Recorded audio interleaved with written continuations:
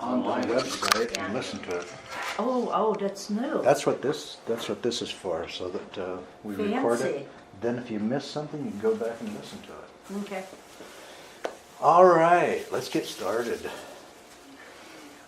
What I was thinking about tonight is, first of all, to kind of consider the difference between aging and degenerative disease and a machine rusting and getting old. There are like characteristics between all three, right? Because actually, when you compare aging to degenerative disease, they have the exact same causes. You know, you hear a lot of talk about the length of telomeres, you know, the little caps on the end of the DNA strands, and all the problems that cause when those get a little bit shorter. But what we got to do is put the horse in front of the cart and take a look at why they get shortened. And they get shortened for the same reasons that we develop degenerative disease. And both are absolutely unnecessary. Okay? And that's what we want to figure out tonight, is what are the common principles that regulate both, that determines the aging of the body. Actually, when we stop and think about aging of the body, and you think about an engine getting older, what's really going on inside that engine that's causing it to wear out or get older? Buildup. Buildup of what? Impurities and dirty oil and gunk. Gunk. Gunk in your... How many of you have seen the gunk in your blood? Okay, television makes it seem, you know, when they're being so careful to not introduce anything into the bloodstream with needles and everything, it seems like, wow, our blood must be absolutely pure. And then you take a look at it and there's scrap metal in there and chemicals and all kinds of garbage. It doesn't have bacteria, of course, but it has all this other garbage. Yes, we have acid, waste. Okay, let's look at the comparison between rust and what's going on in the body, which is kind of a biological rusting. And we call that free radical damage. Okay? Free radical activity is made up of oxygen molecules that are unpaired, and they're kind of like little buzz saws, and they'll move through the body and tear other things up, and once they tear other cells up, then they create additional free radicals. But again, whether it's free radicals or whatever the cause for the damage, it comes back to the same stuff. It's the waste material that we're holding on to, and one of the worst ones is the acid waste that every cell in our body produces. When you think of inflammation, that's a good example. Inflammation is caused by irritating substances. What is an irritating substance? Acid. Acids, whether it's in the engine or the body, deteriorate and destroy. Okay? So, when does all this begin? Basically, by the time we're 20 years of age, our gallbladders are full, physically blocking up with oxidized arterial plaque. Okay, that's equivalent to running an engine for about 10,000 miles without ever changing the filter or the oil. Okay? We're not taught these things in school. If I have anything to do with it, all this information will be made available in about 8 levels of educational material and available for schools. Because everybody should understand the basic principles that determine the true health of the body. You know, you can take all the anti-aging goodies that you want, but as long as the sewage system and as long as the sewage system isn't working right in the body, and we're accumulating this stuff that is poisoning and destroying the body, it's not going to work, is it? You know, another very popular anti-aging thing is stem cells.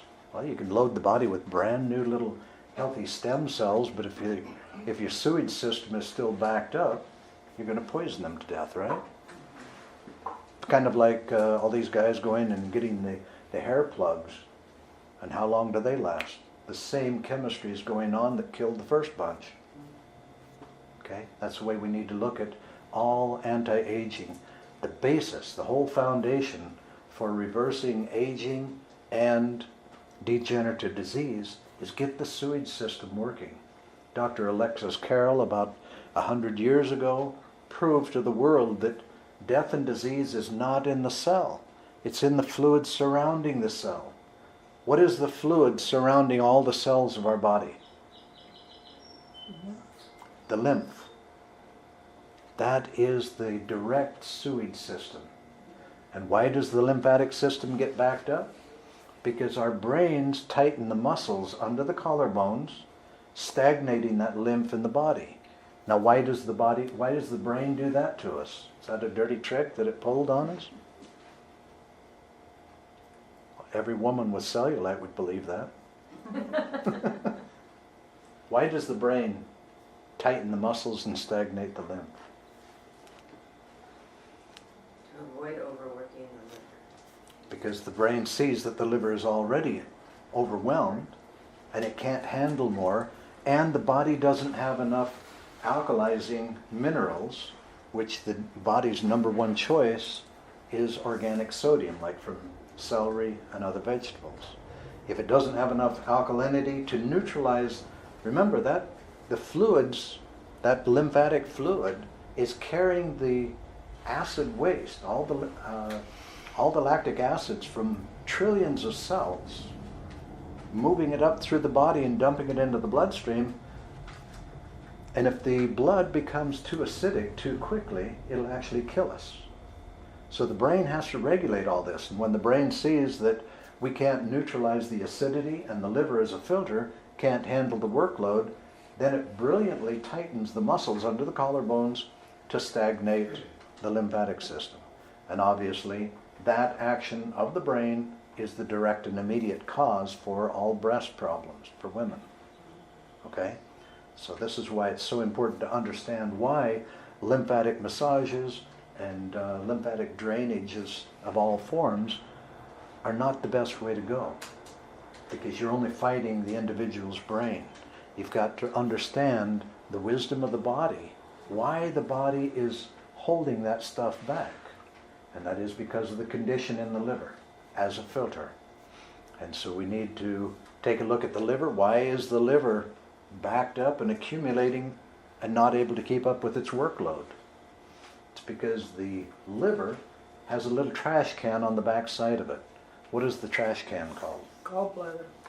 Gallbladder. And if we don't clean that trash can out, just like in our kitchens, if we don't dump the trash, what happens? Accumulates. It accumulates. It gets all kinds of problems, okay? The liver, when it can't release the waste material, the back pressure of the gallbladder being filled with physical blockages. You know, the oxidized arterial plaque forms balls. This isn't even talking about development of gallstones. This is what basically everybody has by the time we're 20 years of age, is a gallbladder full of these waxy little balls of oxidized arterial plaque. And it physically blocks the liver's ability to release the waste material. And when that happens, the back pressure causes the liver to enlarge. I'm sure that everybody's heard of a fatty liver before. Okay, a fatty liver does not have, it isn't with fat outside the liver or inside the liver. It's the oxidized arterial plaque enlarging the liver. Okay, does that make sense? Okay, and so this is what we need to understand, is that it's our responsibility, just like changing the oil in the car engine every 3,000 miles, it's our responsibility to get that little trash can emptied continually so that the liver can release the waste material and perform its many, many hundreds of vital chemistry functions. Okay? If that doesn't happen, that is aging in a nutshell right there. Just exactly like an automobile that goes, say, 45,000 miles without ever changing the oil of the filter, you've got an old, worn-out engine by that time. Well, statistically, human bodies are worn out and ready for the dirt bath by 77 now. Okay? Totally unnecessary. Just like having a worn-out engine at 45,000 miles, it's exactly the same as having an old, worn-out body by 77 years. So now that we've learned, okay, change the oil every 3,000 miles and get 250,000 miles out of your engine. Okay, now, if you consistently, not just do 1 or 2 good gallbladder flushes, but if you consistently keep that gallbladder clean, how many more miles are you going to get out of this body? Anybody in this room that kicks the bucket before they're 130 years of age is going to be committing suicide. Okay? Now that you understand that. Now, what's the priority above and before gallbladder flushes? Getting that intestinal tract functioning properly. The intestinal tract is the core of the body, and it's the starting point of all of our problems. You know, the colon is synonymous with the body's trash can. It is the major trash can. And if you leave that to stagnate, which, you know, the anatomical books have a beautiful picture of what a colon should look like. Then you take a look at a lot of the x-rays of what colons look like after about 50 years. They don't look like that anatomical picture. They're twisted and they're ballooned and all kinds of distortions. And the most common thing is to have at least one stricture in the colon caused by the nerve restriction from the lower back. Okay, now keep in mind that with every gland and organ in the body, there's an associated area of the spine that when there's a problem with any organ inside the body, there will be a two-way communication to that area of the spine where the nerve flows from the spinal cord to that particular organ. And when there's a problem with an organ inside, it's going to contract the muscle around that particular spot in the spine. And so it doesn't matter whether we have physical damage from the spine or just congestion and accumulations in the organs. It's what I call the contraction, the dance of death. Each will contract the other until an organ shuts down and game over. And so you need to become aware of the body's communication. And that's probably the main thing that I want to talk about tonight is the innate wisdom of the body and how to interpret its communication. Because when you stop and think about it, if we could take one cell and download the information of that cell, how much information do you think that we would have? All of it? Yes, if we download all the information from one cell, how much information in book form would that provide for us? It's been estimated that we would have a book with 1,000 pages of 600 words on every page. That's a lot of information. And we wouldn't have long drawn out stories either. We're talking about factual pieces of vital information. Now, over the thousands of years that these bodies have been evolving, what drove them to evolve and get smarter? Pain and suffering. Pain and suffering, being damaged, having to learn how to repair themselves. Think of the, over thousands of years, the traumas that these bodies have experienced, the stories they could tell, factual stories of what happened and what the body had to figure out to continue surviving. Now the proof in the pudding is every one of us sitting here. Our bodies contain the successes. of thousands of years. Otherwise, we wouldn't be here. Those that are missing from They didn't life make it. didn't make it. They became extinct because their bodies couldn't figure it out. Our bodies figured it out. That's pretty cool, right? That out of all the bodies that have come and gone, these are still on the planet surviving. Okay, now, think of how many thousands and thousands, probably even millions of experiences evolved and developed the wisdom that is programmed in our cells. Think for a second of the brilliance.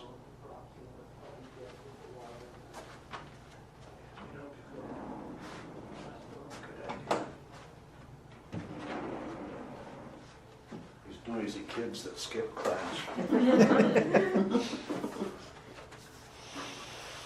That is what you would refer to as innate wisdom. Okay? And that wisdom is freely available to every one of us. We have practiced over a lifetime consistently in how to avoid that or ignore it and not listen to it. Anybody guilty of that? Here's the proof of it. Here are, some 75 trillion cells, all voting that you reach for a vegetable juice or whatever, and what do you reach for in the morning? Coffee? Do the cells yell for coffee? No, the brain and the taste buds yell for coffee. All the cells in the body are screaming out for vegetable juices and vegetables. Substance with what the cells would consider is actual nutrition. Okay? That's how far we have been programmed and trained by parents, grandparents, and society to ignore innate wisdom. Even though it's there, available to every one of us, we have been taught how to ignore it and supersede it because the brain has been in control for thousands of years. Now what we need to do is realize, wow, when you stop and think of the millions of experiences that all pooled together provide each and every one of our bodies with that innate wisdom that knows exactly how to heal in every way. And we can listen to that and be guided by it. Now, what I've been doing for the last 20 years is trying to put together a program that aligns as closely as I can figure out to the innate wisdom within our bodies. Not trying to fix symptoms or alleviate pain or whatever, but to reverse, support the wisdom of the body in the way that it needs to do the job that it knows how to do. Now, if the body had enough energy, it could heal itself of most things. There's one clue. The other is, if it were able to correct these patterns that are within our bodies, guaranteed it would do it, right? Okay, but there's a handful of things, like flushing out the gallbladder, that it can't do on its own. It cannot open up the nerve flow from specific areas where we're holding on with our own fear-based emotions and contracting the tissue to reduce the nerve flow to these glands and organs. It can't do that. We're overriding the wisdom of the body with our own fears and dramas, traumas, and the stressors in our lives. And through our conscious fears, we're distorting the body and distorting the chemistry. And so what we need to do is stop and think, okay, if my body were given a voice and it could speak to me and tell me exactly what I can do to support it in normalizing these functions so that the body is no longer just surviving, but it's thriving and creating a quality of health where disease cannot even exist, what would it tell me? The very first thing that the body would say is, help me with digestion. in 2 ways. Consciously think about, before a meal, think about why God gave you a whole mouthful of teeth. Please. Get to chewing, chewing, chewing, chewing. Now, we've all been spoiled all of our lives by eating cooked vegetables and cooked foods, because with cooking, it breaks the cellulose down so that we get the groceries out of the vegetables. But now that we're transitioning more toward raw vegetables, if you don't break the cells, you don't get the groceries inside, because our bodies have 0 cellulase to break that fiber down. We have to use our teeth on vegetables. That's where the minerals are, and that's the main reason why we eat the vegetables, is for those minerals that we need. Okay? So we need to chew the food better. And then, because our bodies sacrifice our life force and convert that into digestive enzymes, it's a good idea for everyone, especially over the ages of 35, to take supplemental digestive enzymes to enhance the digestion of the food. That's the body's first request of every one of us. If we could put a microphone in everybody, they'd all say, yes, help me with the digestion, because I'm busy sacrificing my life for that process. And I don't have enough life force for that conversion, because the brain keeps wanting to convert every ounce of digestion, or every ounce of energy, into accomplishments. And there isn't enough left for me to digest the food properly, let alone heal the damages that come along. Okay? So energy is everything, and we've got to conserve it, and that's a huge way to conserve energy, is chewing the food better and using plant enzymes before the meal. The second highest priority that your body would ask for is, help me to clear the food residue from the intestinal tract and give me enough fiber to restore the peristalsis to the intestinal tract so that it can function properly. The next priority beyond that is, help me to overcome the damage that chlorinated water, antibiotics, and all these other chemicals in our environment has caused to the intestinal flora. Help me to accomplish that. And so by using probiotics with an increased level of supplemental fiber, that accomplishes this. Okay? The next priority is, the body is going to say, hey, you know, you haven't been out in the field working for many, many years and perspiring. How do you expect me to use the largest organ of elimination to detoxify the blood and the lymph when you never perspire? Every time you perspire, or begin to perspire, you turn the air conditioner colder and shut the largest organ of elimination down. Anybody guilty of that?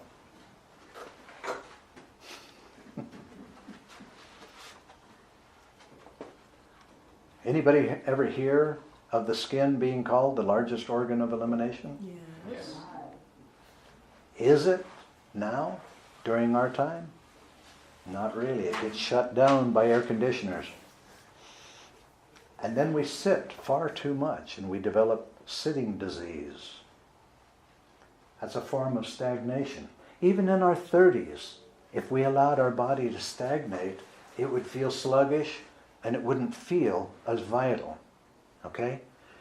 So you add several decades of stagnation, and it's only logical that the body would feel more inflammation, feel less flexible, and a lot of other problems. I used to believe that inflexibility was just synonymous with the numbers on the calendar, our age, until a friend of mine in Austin about a dozen years ago proved through his experience that it isn't so. He was a stiff, overweight, old 60-year-old executive, and his daughter talked him into improving his diet and taking yoga every day. And at 73, he'd lost all the excess weight, and he had lost all that inflexibility, and he could have his legs straight, put his feet together, and put his face right in his knees. How many 73-year-olds can do that? How many 35-year-olds can do that? Okay, how many men? But anyway, I saw from that, okay, that's logical. You know, with everyone having magnesium deficiencies, I believe he accomplished that without taking supplemental magnesium. Because right now the soil that they grow our food in is very deficient of magnesium, and especially in Southern California and many other areas of the world, the magnesium is no longer present in the water.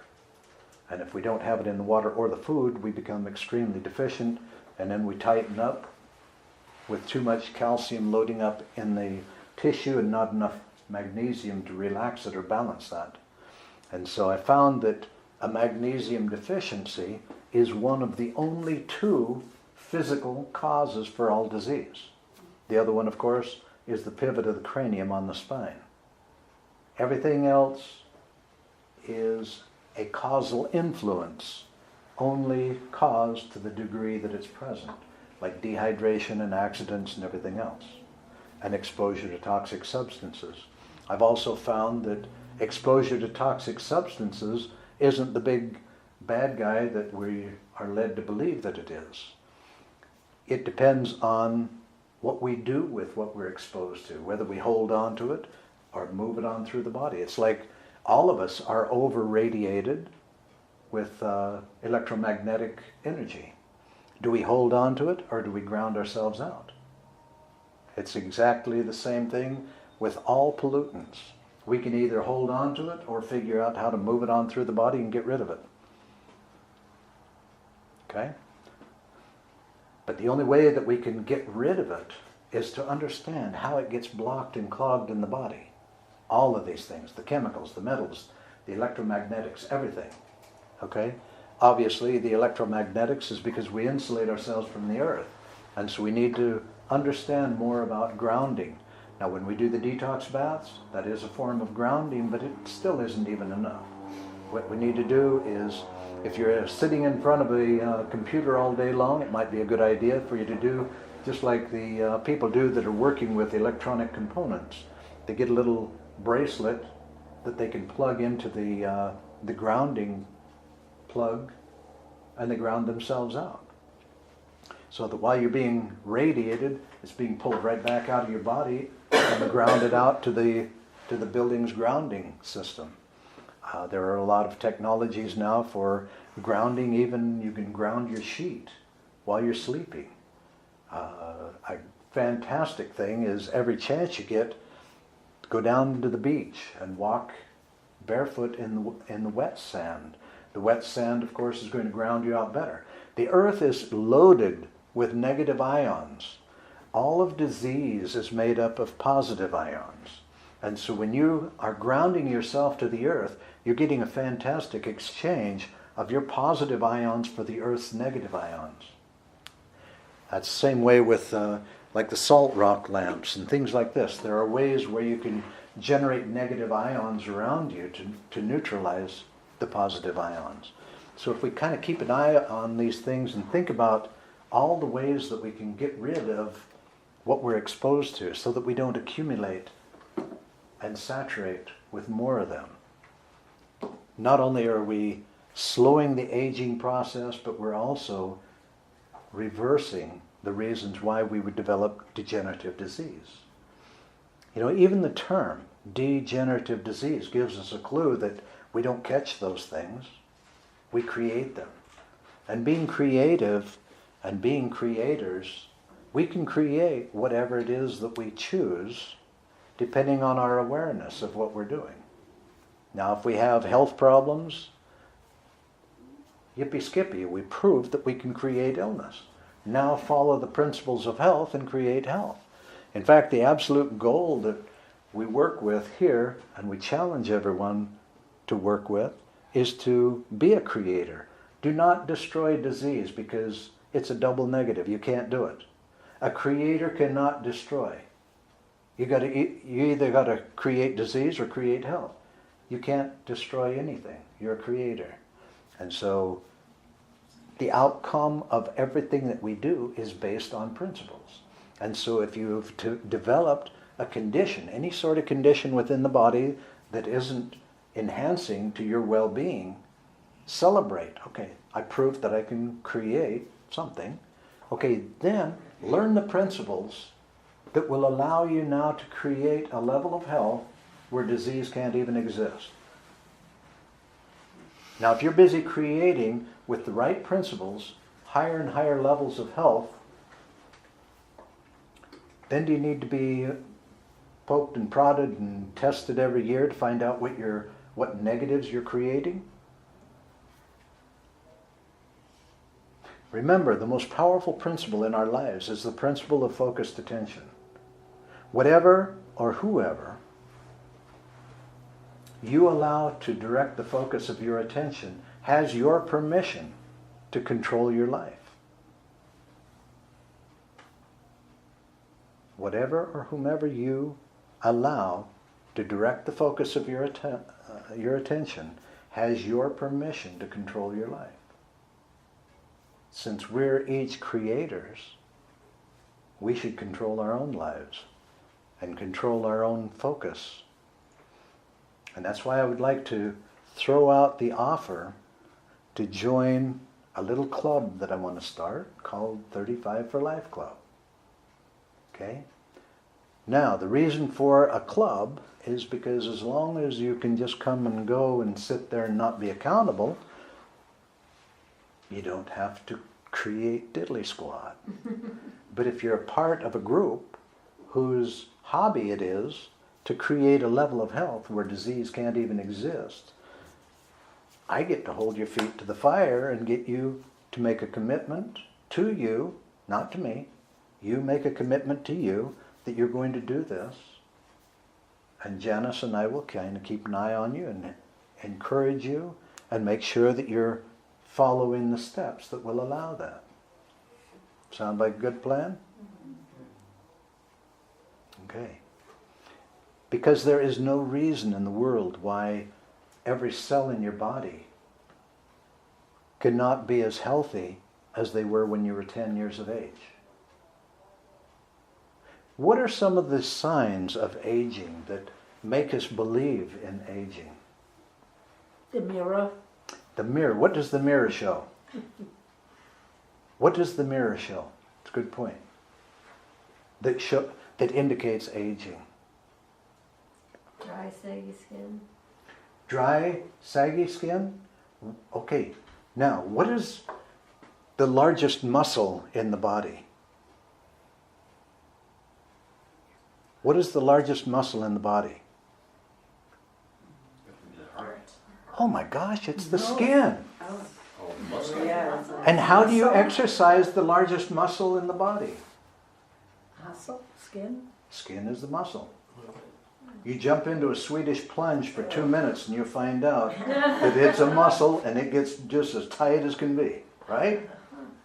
The skin is the largest muscle in the body and it can only be exercised with cold. And if you live in Southern California, you have a tendency of not exercising your skin. Now, oftentimes, I was talking to a guy and he says, "What's wrong with my veins?" He'd get these bruises like an 80-year-old would get. And so just for curiosity, I pinched his skin. Pinch your skin on your arm. Okay? How thick is it? I have too much lymph. This is what I realized when I was talking with him, is I grew up in the snow.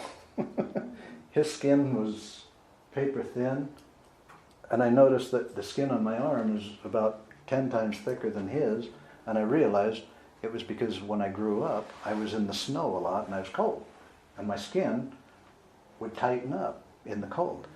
What can we do down here? Cold showers, cold Swedish plunge, things like that. But if there's some way that you have, jumping into a cold swimming pool every chance you get, keep in mind that if you want that muscle to be toned, you have to tone it. Cold showers. Cold After- showers, a morning swim in a cold pool. We pamper ourselves so much, we feel like, oh my gosh, That's too cold. No, it isn't.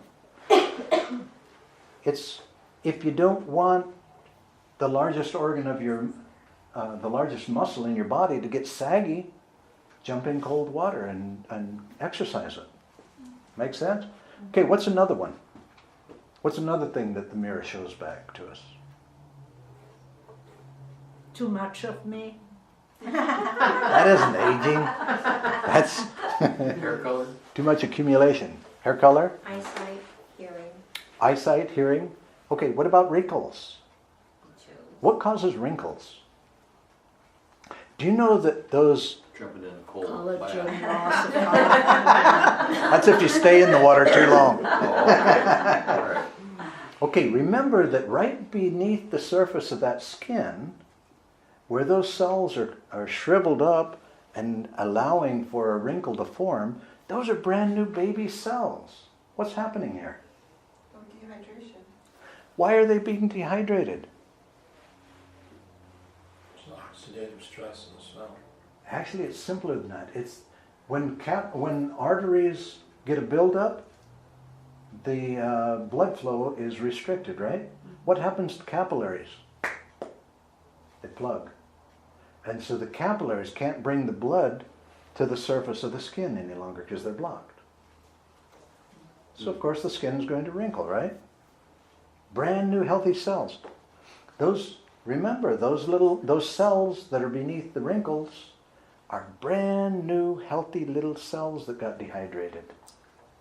They get born, they're plump and round, and then they start dehydrating immediately because they're not being fed or given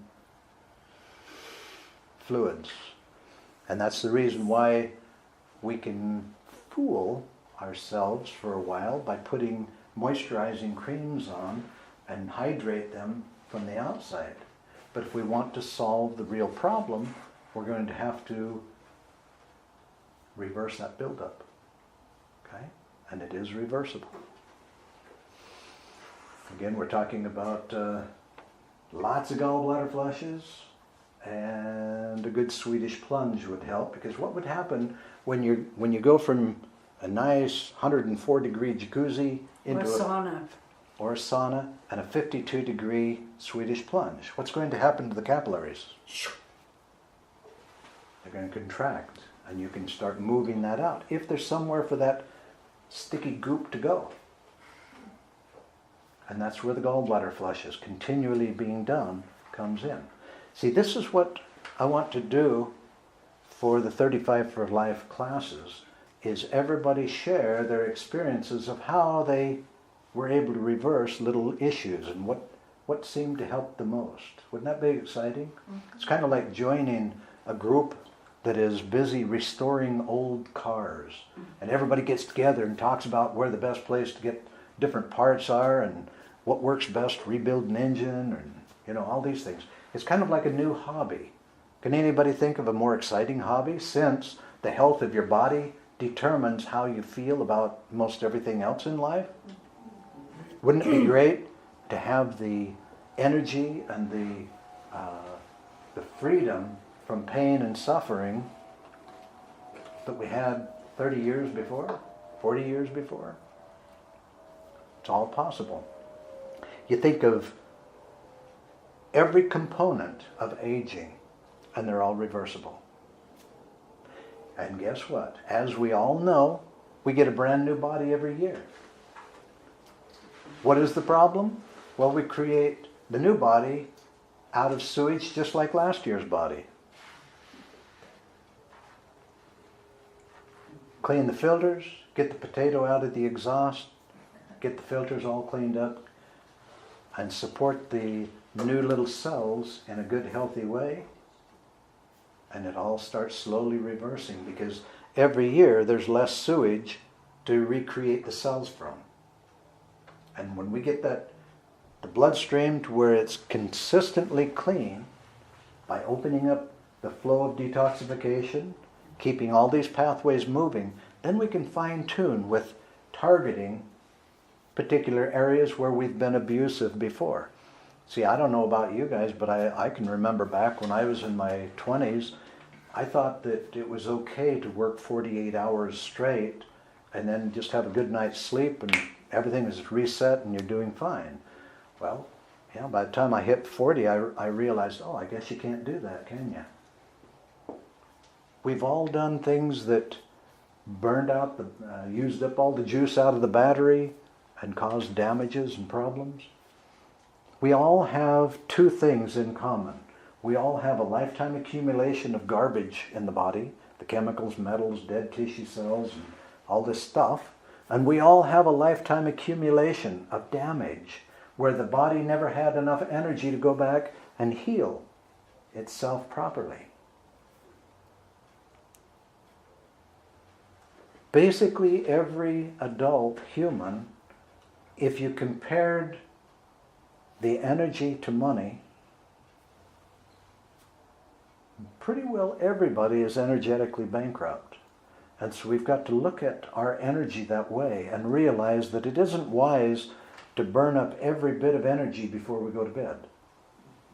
I know we mostly have been conditioned to live that way, to burn it right up to the end and then collapse into bed at night. But remember back when we were children and we would play and play and play and we'd get tired and we'd just fall over on the floor and sleep.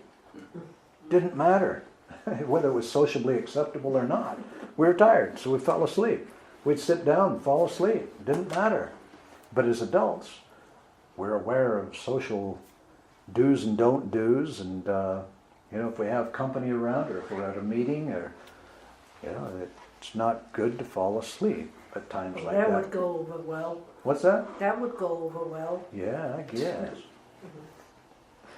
Okay, so there's a few things that we've changed, and too, of course, with responsibilities, obligations, and desires for accomplishments.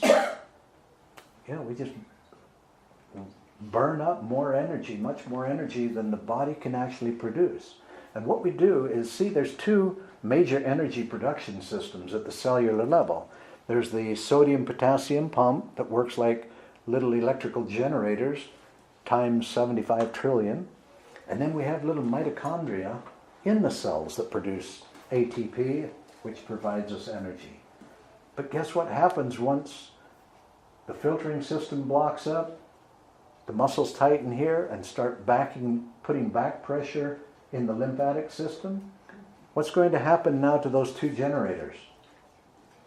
First of all, the lymph no longer washes the acid waste away from the cells, so it will start poisoning cells to death.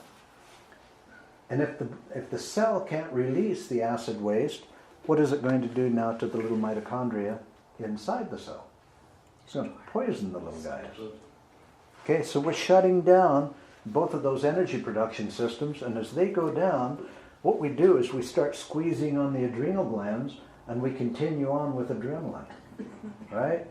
Get a little sugar, caffeine, or maybe some willpower, and drive ourselves beyond our body's ability to produce energy.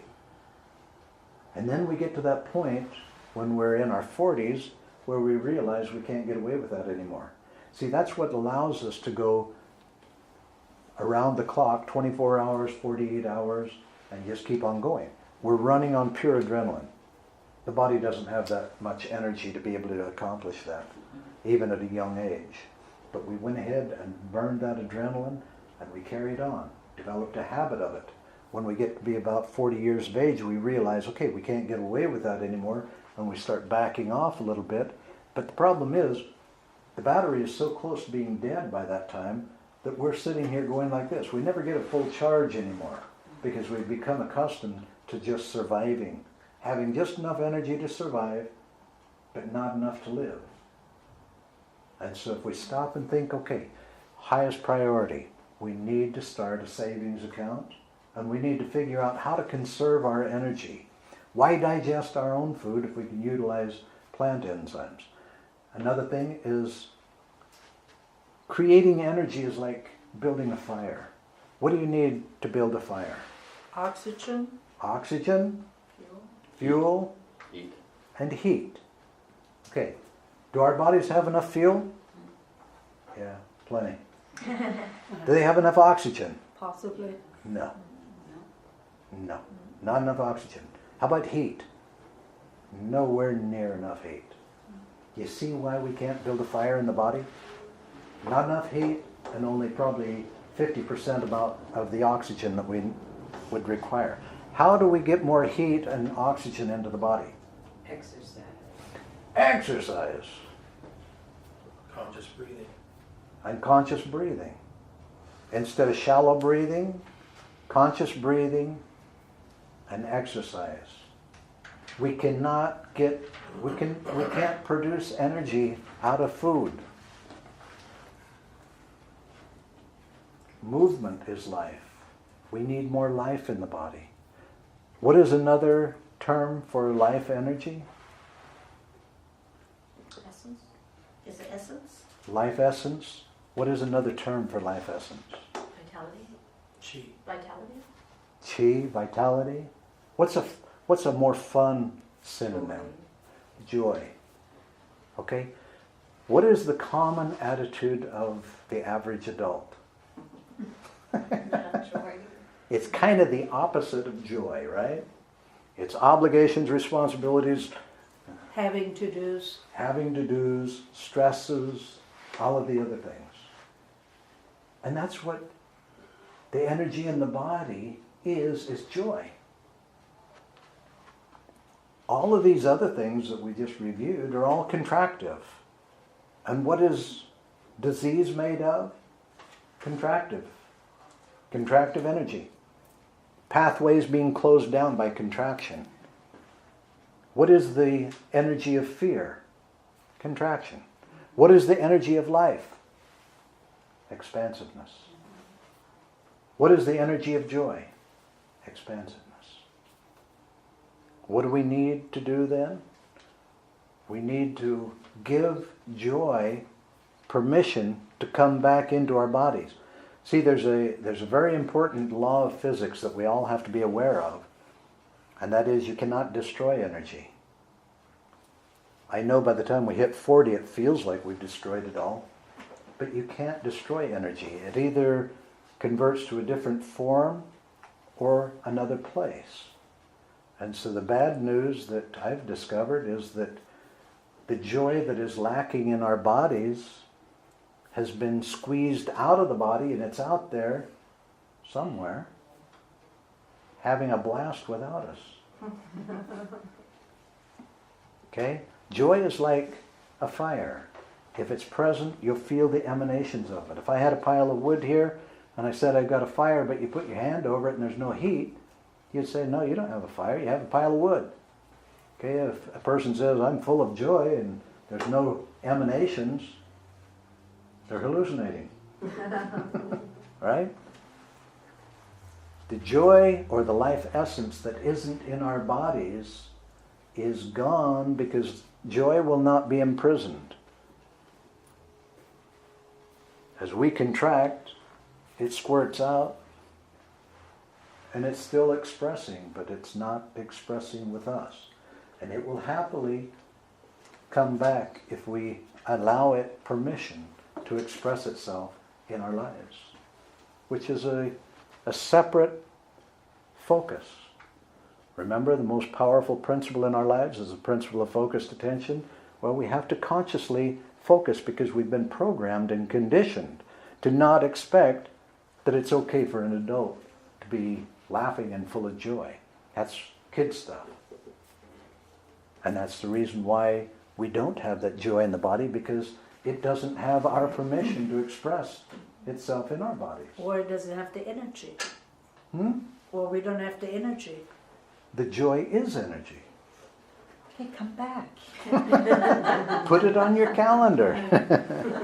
It will happily come back when we give it permission. But I'll tell you, increasing the exercise and conscious breathing gives it permission to come back.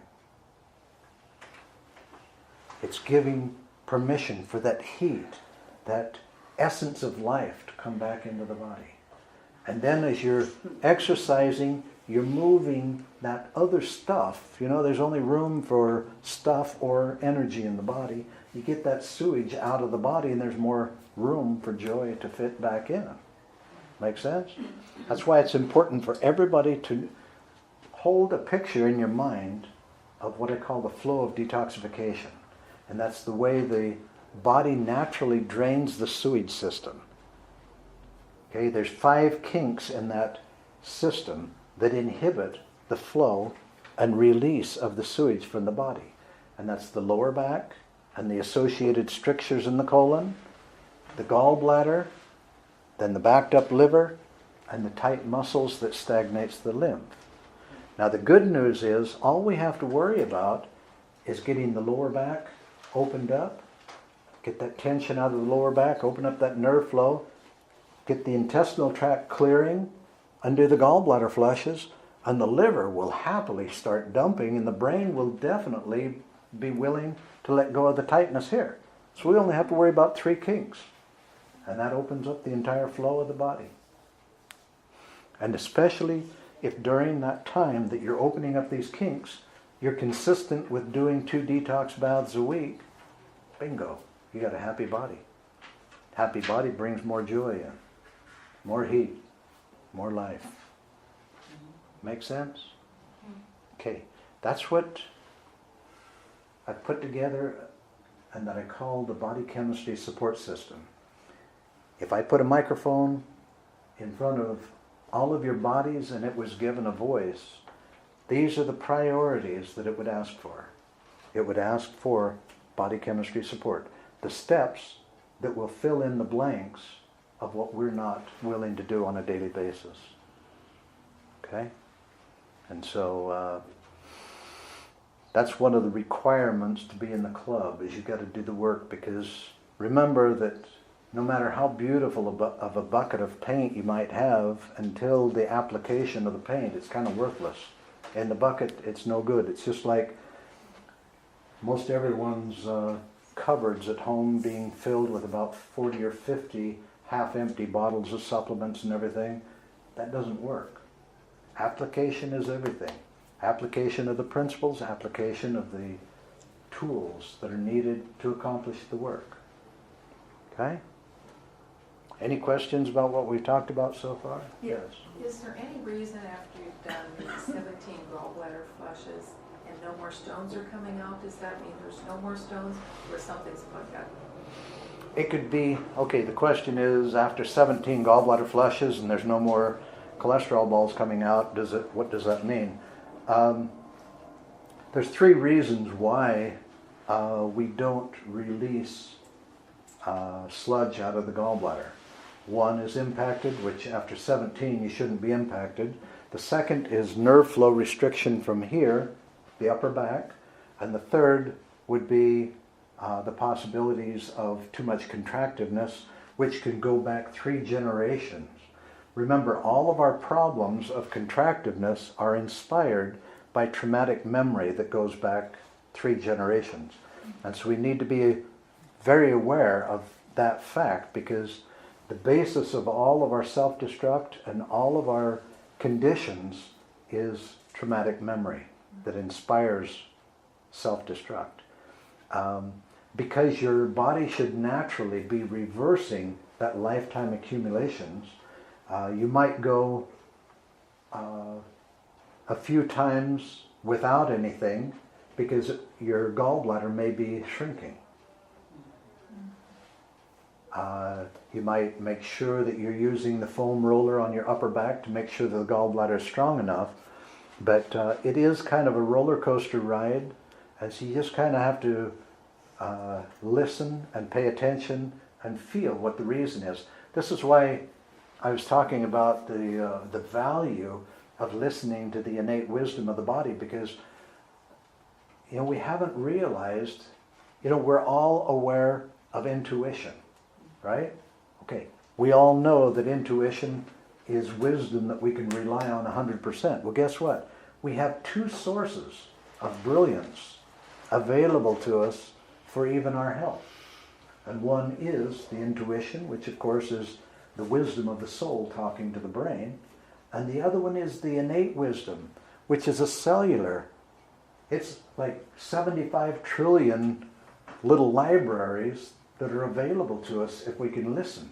And remember, like what Bruce Lipton discovered, the membrane of every cell has like a little antenna where every cell in our body is able to communicate. Besides our hormone system communicating, every cell has the ability to communicate. And collectively, that's a lot of wisdom that we carry within the body. And if we'll stop and trust that that information is available to us, it will guide us in exactly how we should be eating, living, everything. And what is wrong with, why is it that I'm not getting cholesterol balls in the stool from my 18th gallbladder flush? Things like that. That information is available. Could it be that all the cholesterol stones are gone? It is possible that the gallbladder is cleared and maybe even the liver cleared, and watch for chaff, because now, even with the reversal, it could just be little tiny chaff. That's what it was. That's what you're getting now? Tiny. Okay, that's great.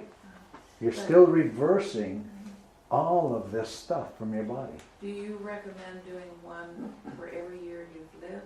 Mm-hmm. Oh my goodness, I That's don't a have lot. enough time left. That's a lot. That's a lot. I will. But, you know, if you do one pretty well every week, and especially all that really matters is getting this stuff out. Keep focus on what is the accomplishment. The accomplishment is to reverse a lifetime accumulation of garbage. So obviously, just doing gallbladder flushes is good, but what happens if you're exercising religiously while you're doing gallbladder flushes? It's like radically wringing a rag out. You're going to reverse so much faster. And again, this is only a rule of thumb, but each of you, depending on how you do the work, it's like we each have a whole big room full of dirty dishes. Some will be sitting there with a chisel chipping dried food off from the plates.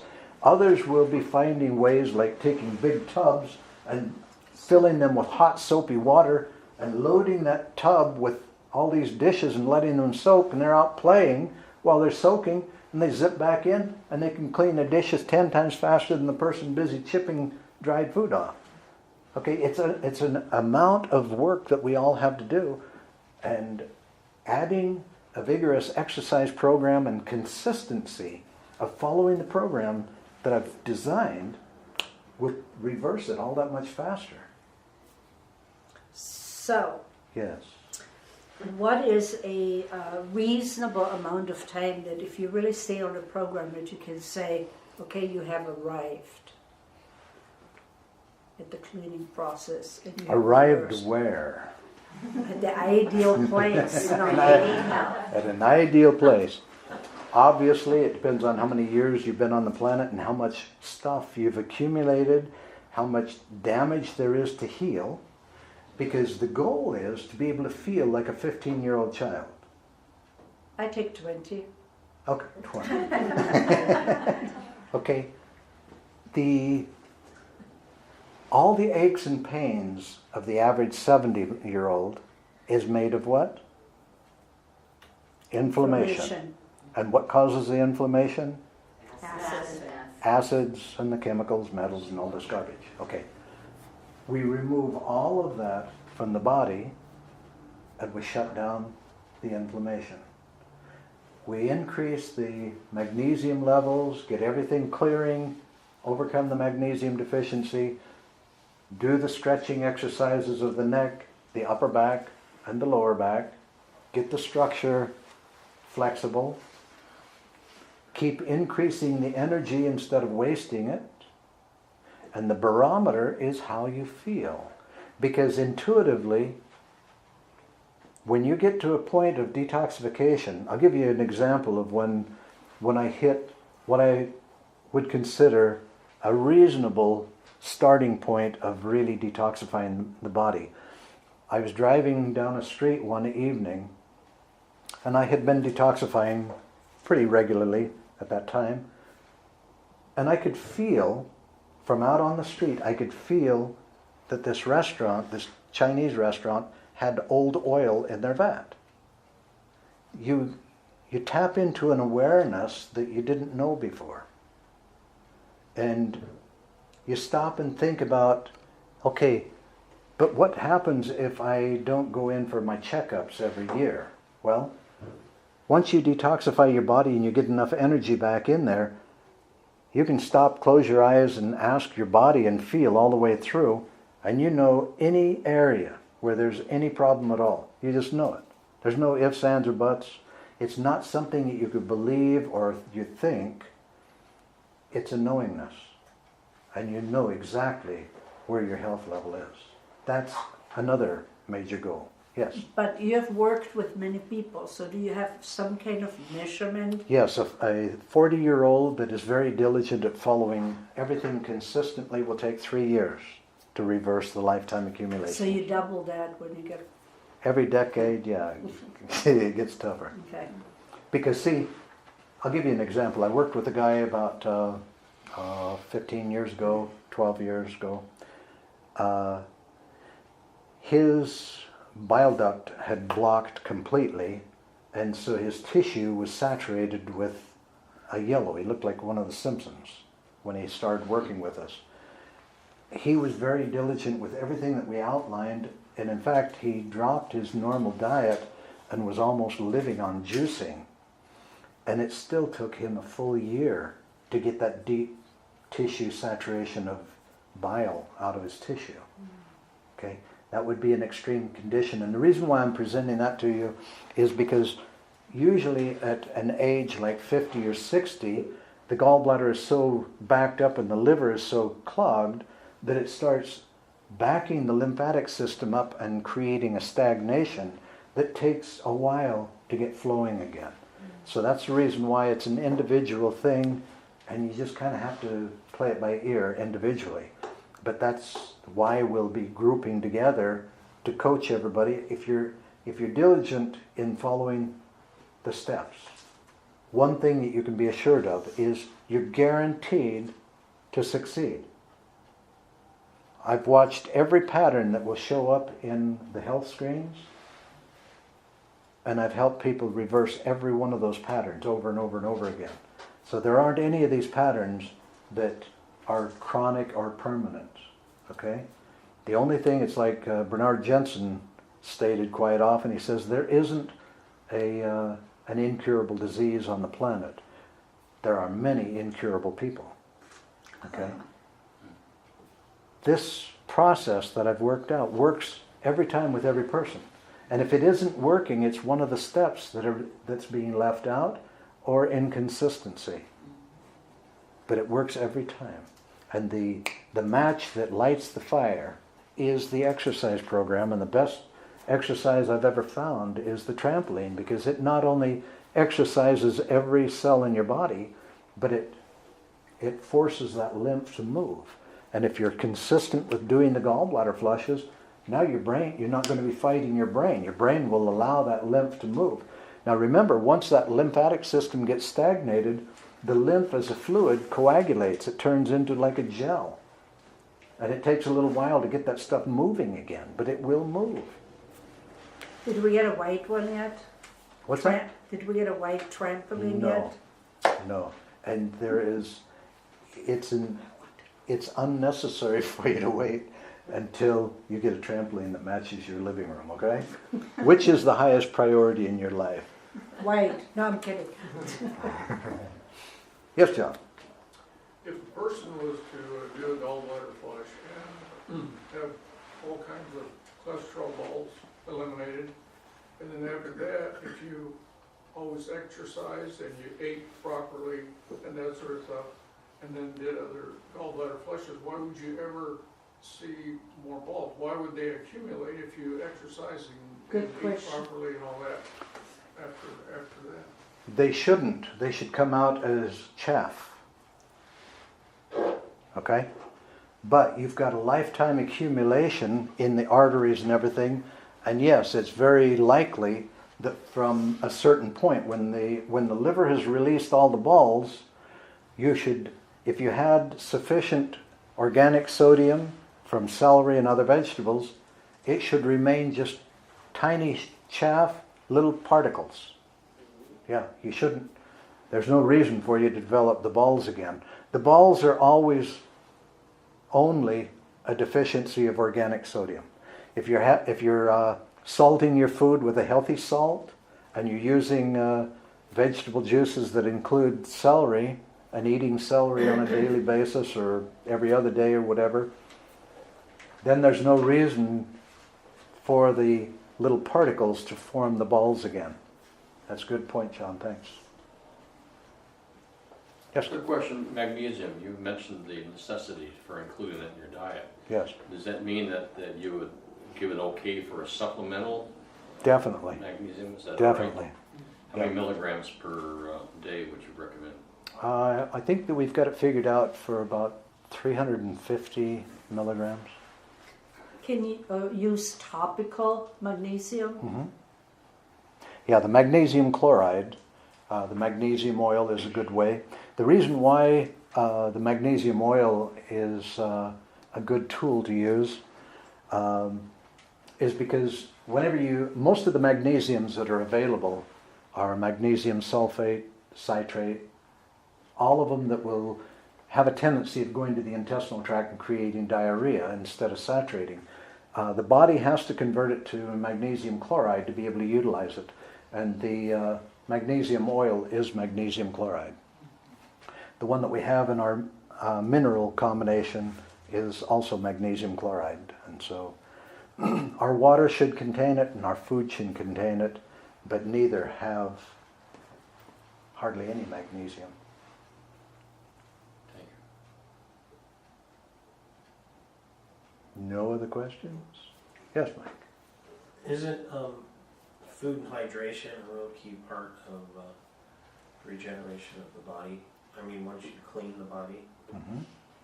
so that it Consistent hydration it's actually change the way you eat, because eating is an emotion.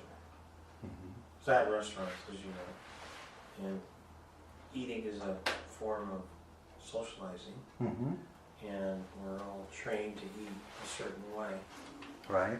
But you have to be conscious of what you're eating, putting back into your body once you, it's just like using the cheapest grade oil and cheapest grade gas that's causing Exactly. the engine to break down. Exactly. So if you're going to clean it, you put it back in, and then it causes the body to regenerate, to actually reverse the aging process, Mm-hmm. which is upgrading.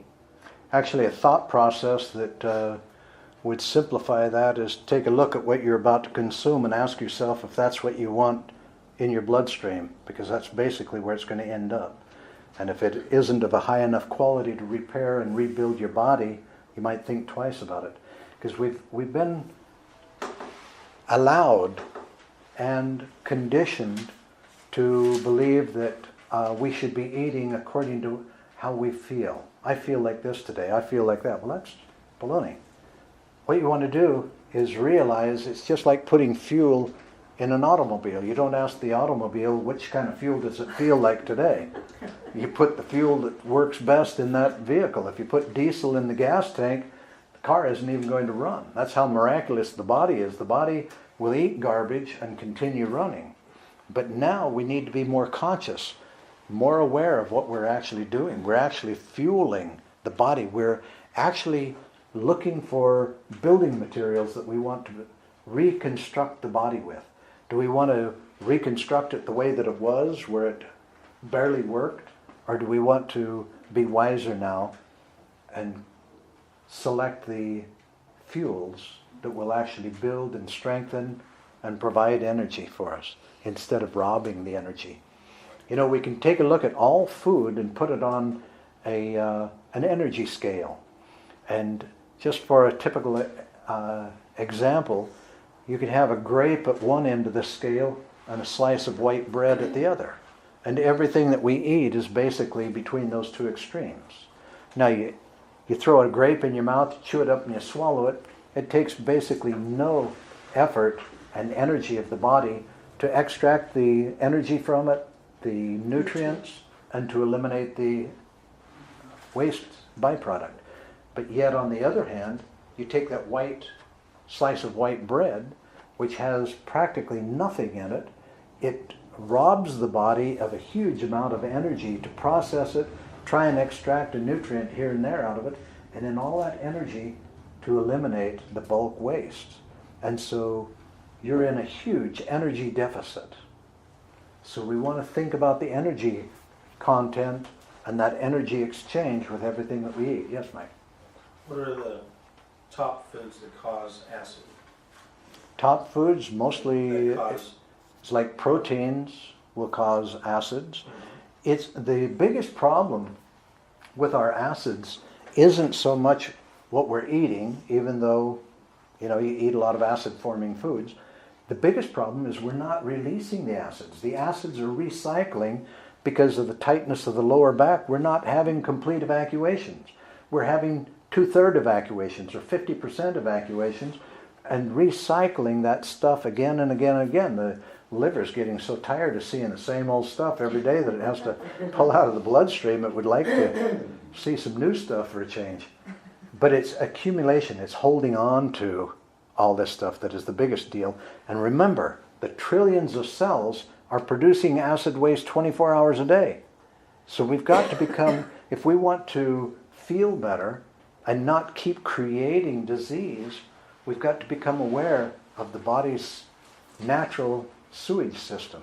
How to keep everything flowing through, keep the filters and the trash cans clear, and then clean the blood and the lymph out through the skin continually. All of us, before we became spoiled by air conditioners, in an evening like tonight, we'd probably be sitting here perspiring without air conditioning. And for hundreds of years, it's going outside during the daytime, digging holes or farming or whatever, and working up a good sweat and getting rid of all that acid waste. And we're not doing it now. So what else can we do? Yeah, but all those people died at 46, so. Well, that's true too. They'd work themselves to death. So we've got the advantage of not working ourselves to death. But now, since we don't go out and work and perspire that way, you do 2 detox baths a week, and that'll keep that acid level down. You keep evacuating 100% instead of 50%, and again, you're not accumulating. So there's ways where we can take advantage of the more comfortable lifestyle and still be able to take care of the body the way that it needs to be able to live instead of just surviving. Oh dear, I have to take cold showers now.